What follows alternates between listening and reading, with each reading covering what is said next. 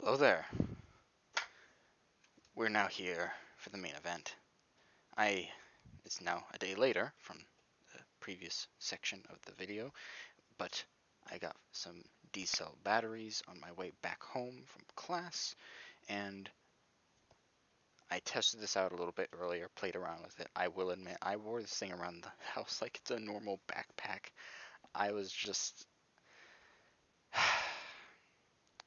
I can't even put it into words, you know what I mean? Finally having this, and it's just amazing. I love it. I feel like I've seen that part somewhere else. But the point is, oh yeah, it's also on the wand. Okay, so this is also on the wand over here.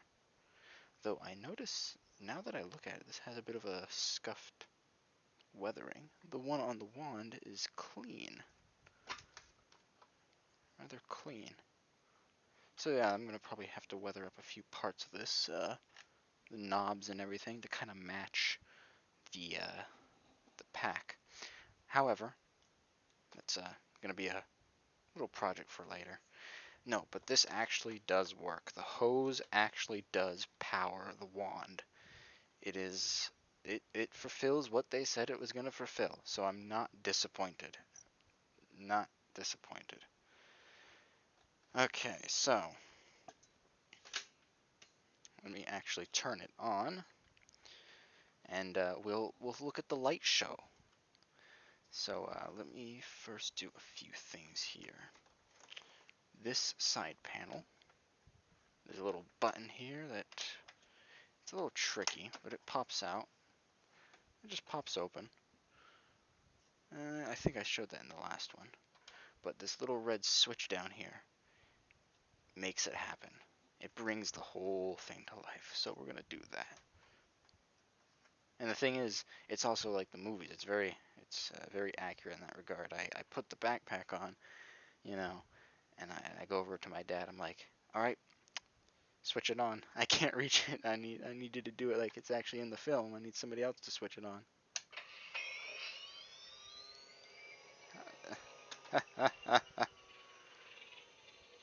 So it runs for a little bit, and it will shut off if you don't really do anything. It kind of times out, but I like it. You can you have a bit of vibration here. Now this dial up here, it controls the volume, so you can make it real quiet, make it nice and loud. It only goes so loud though, of course. So that's like the compressor unit. I think that with this open, it runs longer. With that closed, it'll run shorter, is what I noticed. I don't know why. There must be a trigger in here. But that's what I noticed in practice. Because when I had this closed, it kind of just kept kicking off at random. It might be to simulate like a heat ventilation system, you know, and the unit will overheat if you don't have it open. So let me kind of turn that down a little bit. Now, just to show that it does indeed power it,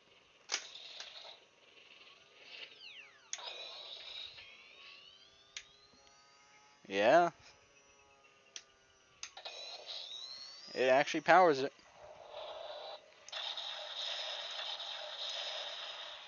Here, let me turn the lights off. Let me go turn the light off real quick. Keep that running. Oh, see, and it does eventually turn off. So we're gonna run this a little bit with the lights dimmed. Okay, so there we go. And it'll like do short bursts based on the action. So just extending the wand will, here, let me turn my lamp on back here. Just extending the wand will, again, you saw a short, quick flash of light. Now let me activate. No, wrong one. There we go. There we go. All right. Then we can, of course, intensify. And it works. It's legit.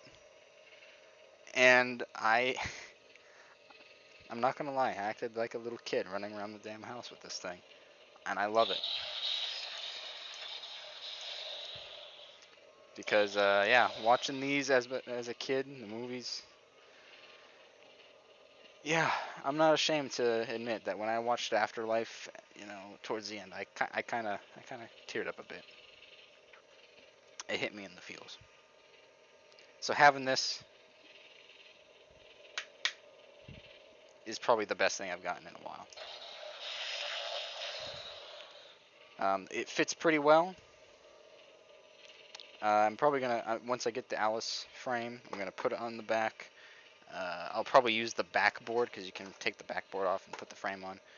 Um, I'll probably use the backboard for some other project and actually make a legit flamethrower because I was walking around the house and I'm like, I feel like I got a flamethrower on. I might do that and make that another piece of kit that my soldier cosplay has. Yeah, see? Yeah, and I like that. A lot of the control actually comes from the wand, right? So you flip these switches, primarily these two, and it will sort of it'll wake it up. So it goes into a resting state, and these will kind of, you know, bring it out of that mode. Which is pretty nice. You don't have to keep, flipping the switch back here on and off. So there's power and control in this cable, which is pretty nice. A few gripes.